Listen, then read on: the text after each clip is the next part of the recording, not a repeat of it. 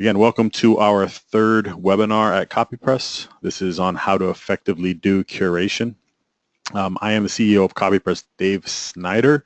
I have been on 2 of the webinars so far, and the man who did the second webinar, Derek Miller's here. Say hello, Derek. What's going on, guys? What's your job here, Derek, and why are you on this webinar? Yeah, so I actually work, a lot of what I'm doing now is to help promote CopyPress. I do a lot of the inbound marketing for CopyPress, and then also just kind of some random projects for a lot of our clients, specifically as it relates to outreach and communication. So curation is something that I'm dealing with on a daily basis, and I think I can bring a lot to this particular webinar. All right, and then we also have Jennifer Ross here. Say hello, Jen. Hello. She will be producing the webinar, but she also manages our marketing at CopyPress. So as of today, there's a white paper up in our resource section on the how to effectively do curation topic. I think it's one of the better white papers we've put together so far. Yeah. So I would let you, I tell you to go in to get that. But also, there's a sign up for the next webinar, which is about what, Jen? The next webinar will be exploring the different types of multimedia content, and that will be live on September 20th. Right. So that one will be on September 20th. We made sure the right time is posted yeah. This time on the actual registration page. And as always, that will be recorded and added to the resource section as well. Some housekeeping stuff. There are going to be 6 poll questions that we put up throughout the webinar. There's not a lot of us in this webinar today because of the timing issue, but it'd be great if you could answer those as we go. And then if you have any questions as we go through, we'll have a Q&A time at the end. But what I'll say is that if you save all your questions till the end, we might not see them in time to actually answer them. So it's best if you put your questions up as we go through. And I'll try to, like every few slides, remind everybody to add questions, because I'm sure some people might jump on late. So the topic today is going to be how to effectively do curation. And for me, curation is a push and pull topic. It's about creating content through curation, but then also getting your content seen through curation. So we're going to kind of be going back and forth on those 2 topics. So again, effectively creating new content, ways to drive traffic, you curating other people's stuff, but then also ways to get your content pulled in via curation. So hopefully that's not too confusing as we go through this, but that's what the question Q&A section is for. So, the immediate question is going to be, what is curation?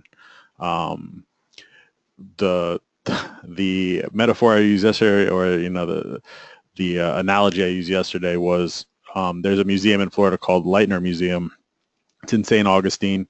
And when you go there, it's a collection of collections. So rather than a standard museum where they might focus on a single artist, or they might, have various pieces, this museum has gone around and been curated to have a bunch of collections. And what's really interesting about that is, let's say if a guy really gets into collecting 19th century teapots from China, that person is going to be really invested in that topic and become an expert. And so they almost have curators within curators there. And that's what content curation is the Lightner Museum is a museum, but the content is made up almost of these tiny museums. So curated content in itself, once you start curating that, becomes content. We'll go through a bunch of different examples, but a really easy one to visualize right now is Pinterest, right? Mm-hmm. You have a Pinterest account, you create Pinterest boards, and on that Pinterest board, you add lots of content from around the web. The Pinterest board itself is a piece of content. Another easy one to wrap up or to think about is the one I used yesterday with Marketing Land or Search Engine Land, where they do the daily recaps, and they have links from around the web.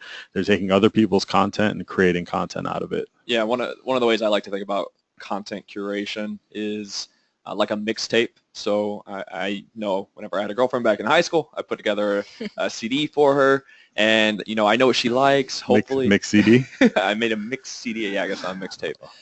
But you don't put the same stuff on there. You can only take so much Backstreet Boys or NSYNC, so you got to throw on a few different things. But you put it all together into one collective piece of content, which is that CD or that mixtape. So that's how I like to think of content curation. All right, if that helps you. Yeah. I try to dumb it down. I can't do all these like complex theories. So, a lot of people think about content curation as being social media driven, right? So your Twitter stream being the content and you curating content onto that Twitter stream. But I mean, everything can be content curation, and I would highly suggest people start to think about blogs and wherever you're publishing as being a place that you can actually curate content. Think if you're from an SEO background, you get a little freaked out like, oh, this will be duplicate content. That's not the case, because if you look at some of the people killing it, a great example is BuzzFeed, from just taking stuff from around the web and repurposing it. This is a definite viable strategy to create content, especially if you're resource limited. Yeah, same goes for emails too. I know a lot of successful marketers can curate content through their emails, and I know we do that too now, especially. So not just social media or your blog, you can pretty much curate almost anywhere you have a platform. All right, so we need to go ahead and close the polls out as we go, or else I think they can't see the slides. So do you know what I'm saying? It's closed. Okay, there we go. All right, sorry. We continue on. So the first topic we're going to talk about is why you should curate, because I think it's not a fit for every business, right? If you're selling tractors, maybe it's not a fit for you, but I could also see like fun ways that people use tractors, like hay rides, like different things like that. Different things people have, like, there's all those tractors. No, but there's some dudes out there customizing their tractors and doing stuff to them. There's going to be ways, but I think every marketing action should be guided by a KPI, right? And so we're going to talk about why you should curate content. And this is going to be a macro conversation that then you'll need to parse down to a micro conversation within your organization on how to effectively use it. So the benefits of curation for your brand. Let's start off with just looking at it as a PR initiative, right? So curation is a great form of ego bait. There are people in your industry or publishers in your industry that I am sure that you want to share your content and want to cover your products and business. By sharing their content, by engaging with them, you will put yourself in front of them faster than just by pitching something out blindly. So let's say I really want Danny Sullivan to cover CopyPress or something we're doing. Yes, I could just pitch him, but I'm sure he gets 100 pitches a day. Another thing I can do is curate some, like, the best Danny Sullivan articles from 2015 onto a blog post on CopyPress, right? That's likely to get his attention. And let's say he tweets that out, then I can pitch him my idea for a white paper that I want him to share. So the first thing is just, it's a great way to interact with influencers and create a relationship. The second thing is that if you have a Twitter account, a company Twitter account, if you are either singularly talking or you're only sharing content that comes off your blog, people have a tendency to tune that out. And I know several industry feeds that are like that. It's almost an RSS feed for their site. Those get tuned out pretty quickly, because if I just wanted stuff from your site, I would just go on your site. It's a great way to show people topics and information that you agree with as a company, that from voices that are different than yours that back up your cause. But also people will stay engaged with it if it's from different things. Another idea is take topics that you don't necessarily agree with, but that aren't crazy controversial, but that you think could kick off talking points. So I think recently there was a technical SEO article put out by someone, and I wrote an article on my blog about it, just continuing the conversation about technical SEO, and then tweeted it, and people picked it up, and so on and so forth. The idea that I kind of piggyback on the conversation that was already going to add my spin. Yeah, and when I think of how you can use curation to benefit your brand, a lot of what I like to think of is being able to leverage the power that those influencers already have. I know when we first started doing our Malcontent podcast, we brought on Joe Polizzi from the Content Marketing Institute to come on and talk with us. Now, Joe's, he's very respected in the content marketing space, definitely more so than I am, So being able to reach out to him and have him be a part of that podcast to curate his knowledge and that information into that podcast was a great way for us to gain credibility. And I think that was one of our most downloaded podcasts as well. So that's how I like to akin it to, is it's a great way for your brand to leverage other influencers' credibility and clout. Yep. So these are the primary, like I would say, like the base level reasons, right? Sharing other people's content will help engage them. Sharing other people's content will give more credibility to your streams, as well as help to differentiate it. Here's some data to kind of give you a breakdown on how these things are shared, and then we can get into more value points. More than 50% of Americans report consuming news online. Seems exceptionally low, but I think you could take these as baseline numbers. 30% of Americans report seeing headline news on social media daily. I can say personally, I get all my news from social media daily. I essentially use Twitter as my newspaper, and I use my Twitter feed as a curated list of, hey, what do I actually want to follow? So, I have all my Dolphins beat writers on my list, right? And then I have political people that I follow, authors, and so my Twitter stream of people I follow is actually a curated list of news for me, rather than, I can't tell you the last time I just went to CNN to look at the homepage to see what was going on. Yeah, and I love going to them just because you get different perspectives on a topic, and it's a lot more immediate than if you're waiting for, a news source to write a 300, 500 word article. You get a 40-word tweet or something like that breaks the news more quickly too, so you're getting it at a faster pace than you typically would. 74% of Americans are on at least one social media site. The other 26% are my grandmother or somebody similar. 41% say they repost content, while 32% do a mix of original post creation and reposting. That 32% to me is what Facebook kind of is today, where I get some headlines from people and then some personal reflection on this. I lot of personal reflection. I think Twitter is similar to this. When I think about the 41% of just reposting content, I think, Reddit, Pinterest, right? So like almost you can see how the social channels kind of mix in with these groups of people as well.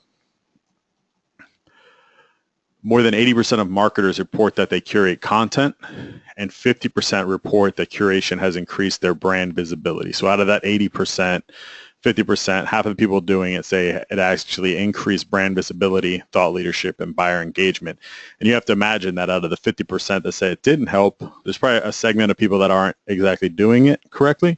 And so I think we can say that correctly done curation can actually have a real benefit for marketing. I think traditionally curation's been looked at as, all right, well, we got to get something on the Twitter feed. Let's get something up. Let's do something. Like, we don't have enough content to go up, so let's go ahead and repost other people's stuff. Yeah, and how many of these guys are tracking? Right, that's the other piece too, right? How do you even track curation? We'll talk about that as well, but curation can have real value as a marketing channel. So before we move on, some of the other reasons to do curation, I think, cheap, free content, right? What are you pointing at? Next slide goes into that. Okay, so the next slide. All right, so number one, curation reduces content cost.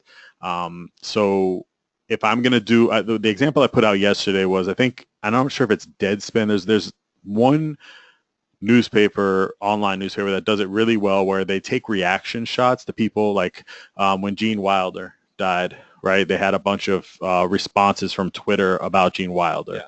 And so they just go and curate all of these tweets, put them into an article, and build a massive article out of it. So, it used to be you'd have to go and like talk to all these celebrities, get their feelings about it. Nope, they just take everything from Twitter, jam it into a post, and send it out.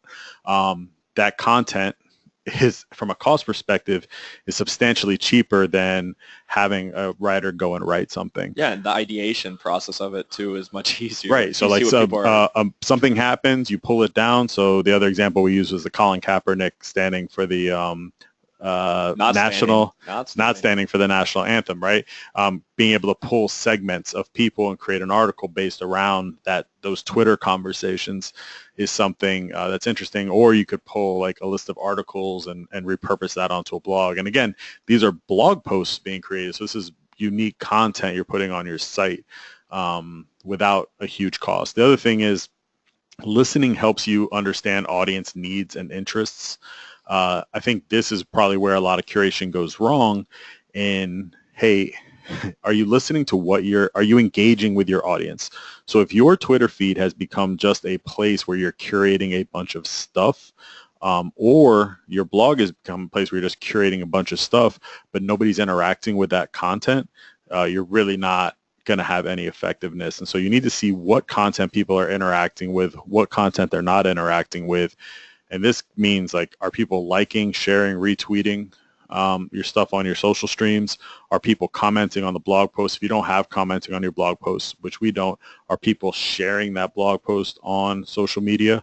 What out of your curated content are they sharing? So the example I gave yesterday when we messed up this webinar was we used to do a weekly roundup kind of thing for our blog, and we would do like links from around the web. Nobody really interacted with it. Nobody looked at it, and so we were just doing this. Instead, we moved that format to a weekly format in our newsletter, and that newsletter is done really well. It's a shorter list of options. The great example I gave was also Sugar Ray, Ray Hoffman, who does her weekly newsletter where she takes topics from around the web, gives her insight on them. That's a great piece of curated information as well. And we're talking about something as dated, or people think is dated, as email. That's super effective and valuable, but it's all curated content. Yeah, and to piggyback off that a little bit, I really think curation is a great way for brands to not just understand their audience, but see what's happening in their industry.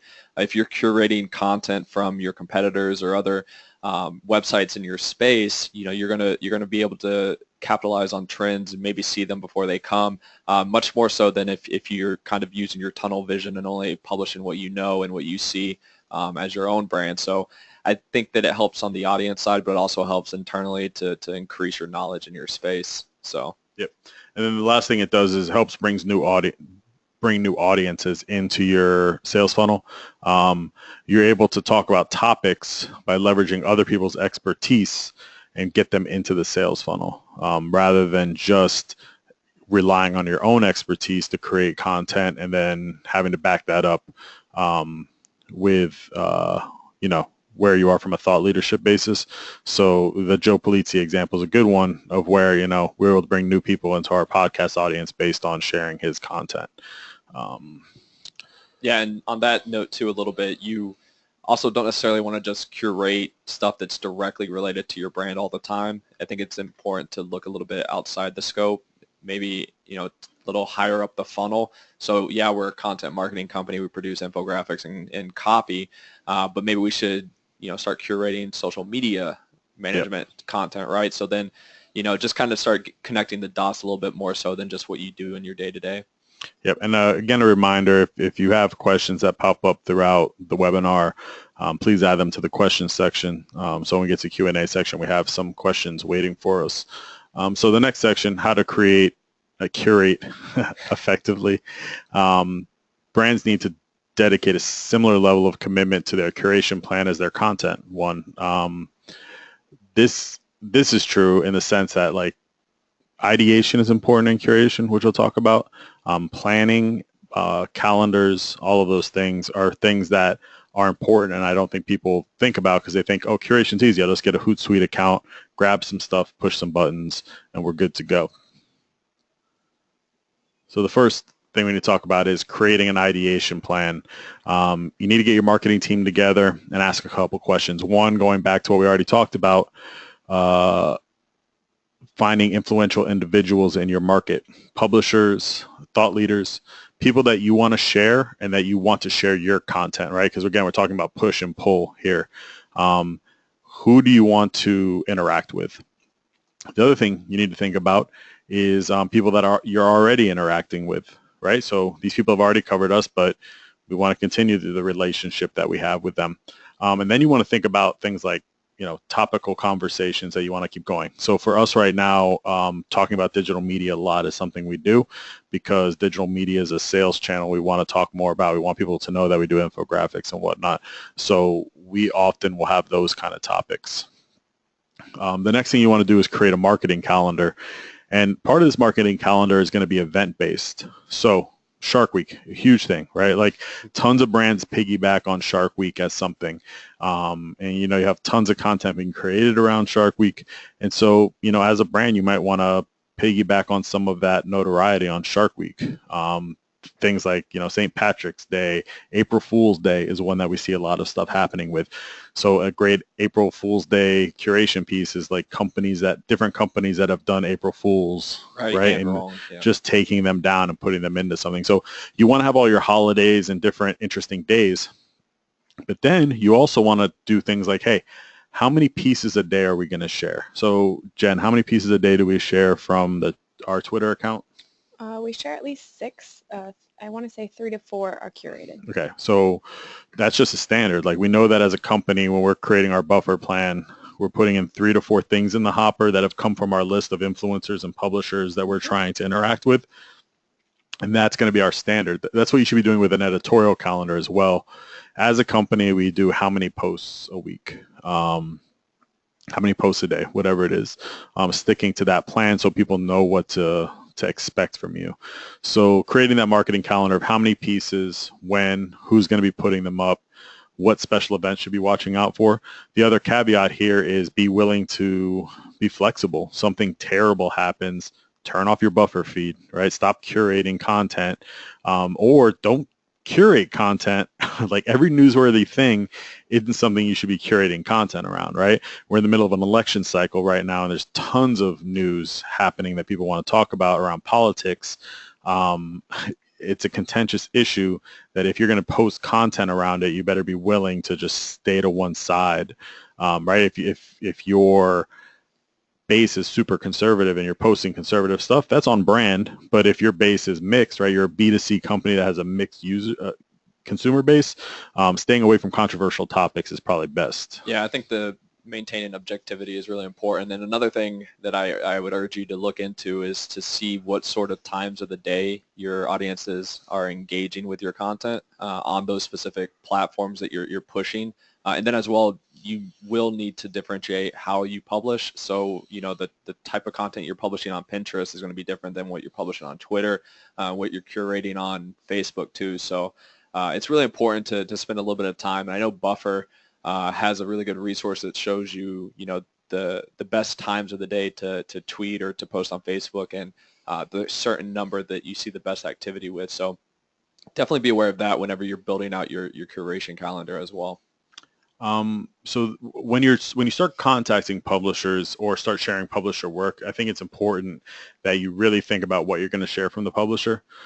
So as an example, again, if the publisher's putting out 3 posts a week and one of them is like a summary post where they're doing links and stuff, that's not the post you should be sharing.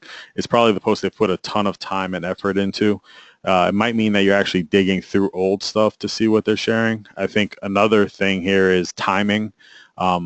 Maybe don't share the content when everyone else is sharing. Maybe share it a few days later so they get a second nudge and they really notice that you're sharing the content. The idea here is that you share the content from the person that you want to create a relationship with. They take note and you're able to start a relationship from there. But if you're sharing content that's not super important to them, they're not going to really get involved. As an example, I recently read a book from Drew McGarry I really liked. And he also writes for Deadspin, and so he's been writing like the Why Your Football Team Sucks pieces on Deadspin. I don't know if you've seen any of those. They're funny, and so I finished the book and I thought it was amazing. And I've also been reading those, but I reached out to him and was like, hey, the book was amazing, whatever. And he retweeted it. He's pretty well followed, but I think I think if I would have just been like, hey, I really love the this team sucks stuff. And also, by the way, your book's amazing. I might not have fallen on such positive ears. And so kind of highlighting like ego stroking what's important to them, I think is part of what's important. Also, you want to make sure majority of the people you're sharing information from are industry professionals or influencers. And by this, I really mean that they're competent. They're not doing anything loony, right? So like go through their Twitter feed or social media streams and make sure they're actually somebody that you agree with what they do and what they say, because, you know, they could have that one tweet that you're like, man, this is really on point. And then you go back and they're like, you know, on top of that, I rode my pet dragon to work today. Yeah. And you're like, whoa, I just put our company stamp on this guy. Yeah, and I know we glossed over a little bit earlier, but whenever you are contemplating who you should be curating, so on and so forth, it's really important to put together a list and to spend a lot of time on this list, because this should be really the first place you go to before you start curating content. It's okay, is this website or is this influencer on our approved list? If not, maybe we should get some approval or do some research to make sure they're the right fit for your brand. But I think everything else that you talked on was like right on point. I mean, networking is really the main benefit, or it's one of the main benefits of curating content. It's a great way as a brand for you to connect yourself with a potential partner down the road. So, and I know we do that a lot with our curation process. Yep. So you want to, I think this is what Derek talked about before. You want to set aside time to listen and respond. Again, if your solution for curation just becomes an RSS feed, it's probably not going to get a lot of value. But you want to listen to what people are sharing. You want to respond to that. Hey, thanks for sharing that. Really appreciate it. Create relationships. But also listening comes down to measuring what's working, what's not working. If the stuff you're curating from people is falling on deaf ears, or they're really like, hey, this is terrible information that you're sharing, you need to be able to retract that and then go back to your plan and start to put a new plan in place. Yeah, and curation's really, I know we keep hammering it home, but it's about the relationship, and not just with the publishers that you're curating, but also your audience. So most of the curation that people are doing nowadays happens on social platforms, and the reason that people are sharing content on there is to get engagement from their audience. So this should be one of the biggest objectives for your curation is, can you develop a communication with any potential clients from your curated post? And it's definitely important for you not to just post and forget it. You need to actively respond, thank anyone who retweets, so on and so forth. So top sites for curated content from a social media standpoint, I think everything's going to be different, but Twitter is really made for curation. Facebook is, for me, a more personal site, but people use it to curate their personal opinions, which is why during an election cycle, I find it unbearable to be on Facebook. Pinterest is one of the better ones for curating content, creating lists.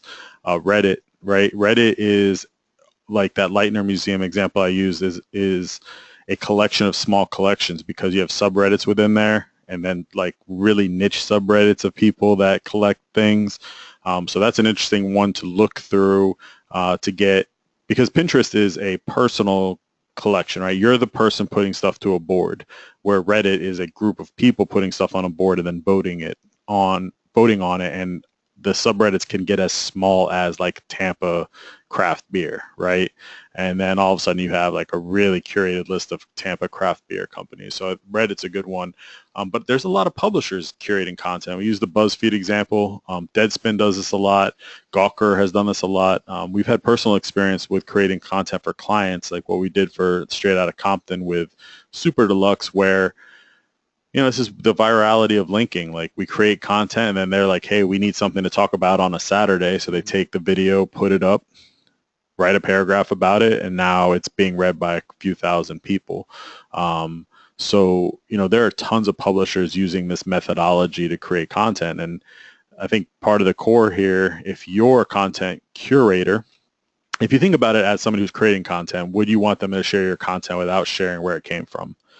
And so the flip side of that is you need to be sourcing this content, because the backlash can be strong, but also it's all relationships, right? So like you're just kind of throwing out there the relationship that could be created. Yeah, and I think on the other side of that too that you touched on briefly was, so yeah, you're going to curate content on your website. You might do it in like a blog post. Or you're going to curate on social media, but do some time, do some research, and see what websites are curating content on theirs in your industry, and then reach out to them, start a relationship, say, hey, here's an amazing post that I wrote last week. I think it would make a good fit for your next weekly roundup, or so on and so forth. So the other side of the coin to curation is the syndication part, which we're not really talking a lot about, but find who's curating content in your space and start a relationship with that person, and you'll definitely reap some benefits from that. Yeah, one of the questions yesterday was what's the difference between syndication, aggregation, and curation? So, curation for me is the act of creating a collection of things, right? So either I'm creating a collection of things, or I'm adding to somebody else's collection. So I'm either let's say I'm creating a list of resources that came out this week in content marketing, or somebody else creates that list of content marketing resources and I say, hey, here's a good addition to that list. Aggregation is the pure RSS model. We'll talk about those in a second, but you're just shooting content out and hoping it goes somewhere, right? There's no real collection happening. There's just, I'm shooting content out and in the hopes that somebody will publish it. And then syndication is where you actually create relationships with publishers, and then you give them content in the hopes that they will actually publish it. So that's relationship based, but not necessarily the same as curation, because you might not be putting it together in a collective mass. It's just, hey, one-off basis. Hey, we have this great relationship. Here's an infographic that I think you'd like to publish.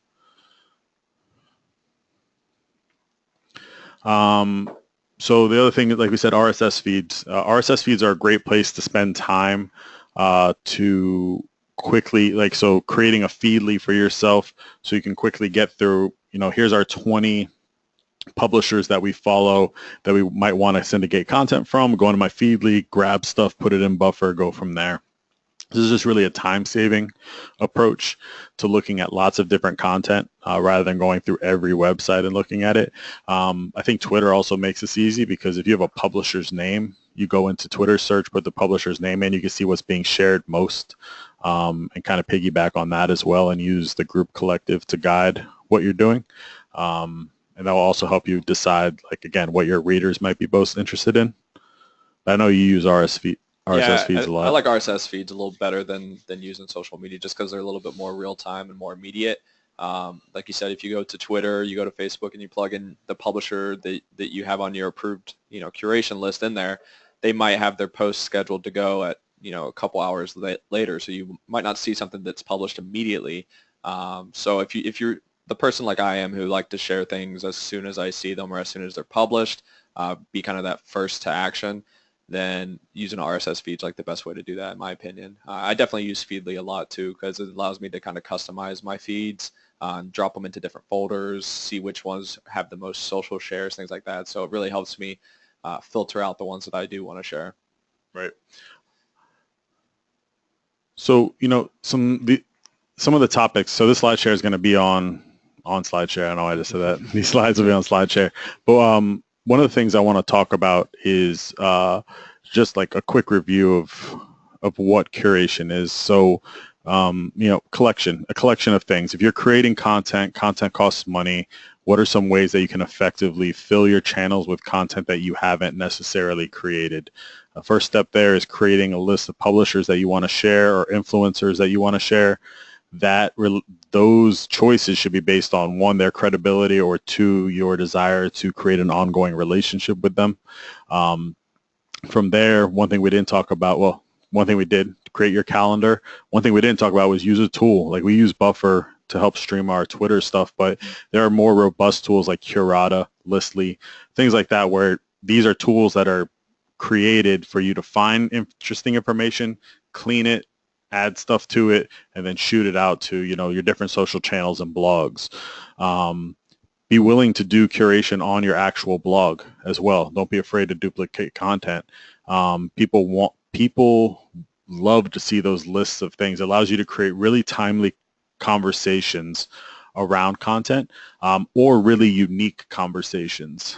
The example we did with the tractor, I mean, like souped up tractor things where you allow people to share images of their souped up tractors, like that can be something.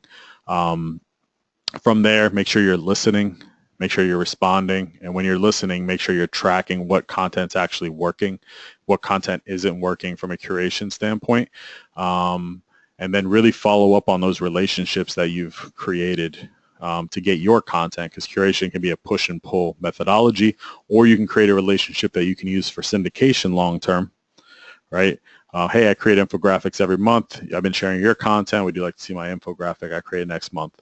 That's more of a syndication practice. So now is the time for some Q&A. Do we have any questions? Yeah, we had one question. So they were wondering how many people still read newspapers as compared to getting their news from social media and other online sources. You guys kind of touched on it a little bit. What are your thoughts? I don't have your opinions. I don't have hard data. Well, my roommate works for the Tampa Bay Times, and I can tell you that from his mouth, the trend is certainly going to online, as opposed to reading hard copies of newspapers. So I think that's definitely going to be a steady trend as technology continues to be more integrated into our lives. Right? Yeah, I think probably part of the data they want to look at too, that we don't have in front of us, is how many people are getting their news from like Twitter, right? As opposed to even going to the Tampa Bay Times online. I live in Tampa, and I never go to the Tampa Bay Times online unless it's like a things to do kind of deal. But yeah, because when I think of news, I typically think of it being like an objective view of what happened, right? I don't know if that exists anymore though, because of social media. Well, that right. Or even before social media, but like there doesn't seem to be a lot of objectivity, and so what you end up doing is, I think, putting people in your news feed that you tend to agree with their opinions. Naturally, yeah. So they seem objective to you, but it's mostly because they agree with your opinions. Right, and that's why I'm saying when I think of like a newspaper, I think of just like a place to find news, right? But Yep. I think more and more we're seeing newspapers trend to the right or the left, right? Now it's becoming more of like an opinion. And that's how I think they're going to eventually, that's how they're going to have to go, is to build themselves similar to like a BuzzFeed or these other websites where that they stand for something, as opposed to just all animated GIFs, all animated exactly. GIFs all the time. I would love to see that in paper. Do we have any other questions? Just one other one from yesterday. How do you recommend outreaching to someone that you curated to them to get them to share?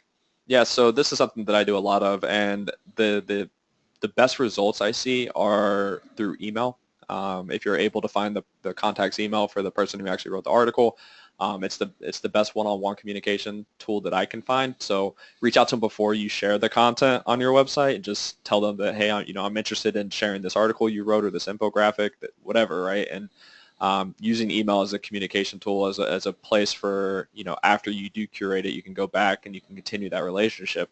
And then, to that, another way to communicate with the publisher that you're curating is just through Twitter or Facebook, just making sure that you @sign them whenever you publish the content. But yeah, I think it's really important that you preface before you publish that you're going to share their content on your website or on their social feeds if you'd like, and then also post publishing too. I think it's great to do it both ways. Yeah, I mean, I think it depends on what you're sharing. If you're sharing like a simple tweet about an article, that's fine. Don't need to reach out. If you're repurposing, like I've done Twitter mashups before, and I've reached out to people and be like, hey, can I use your Twitter post? Because sometimes the context can get lost, right? If you take one person's tweet out of like a bunch of tweets they've sent, the context could be gone from that.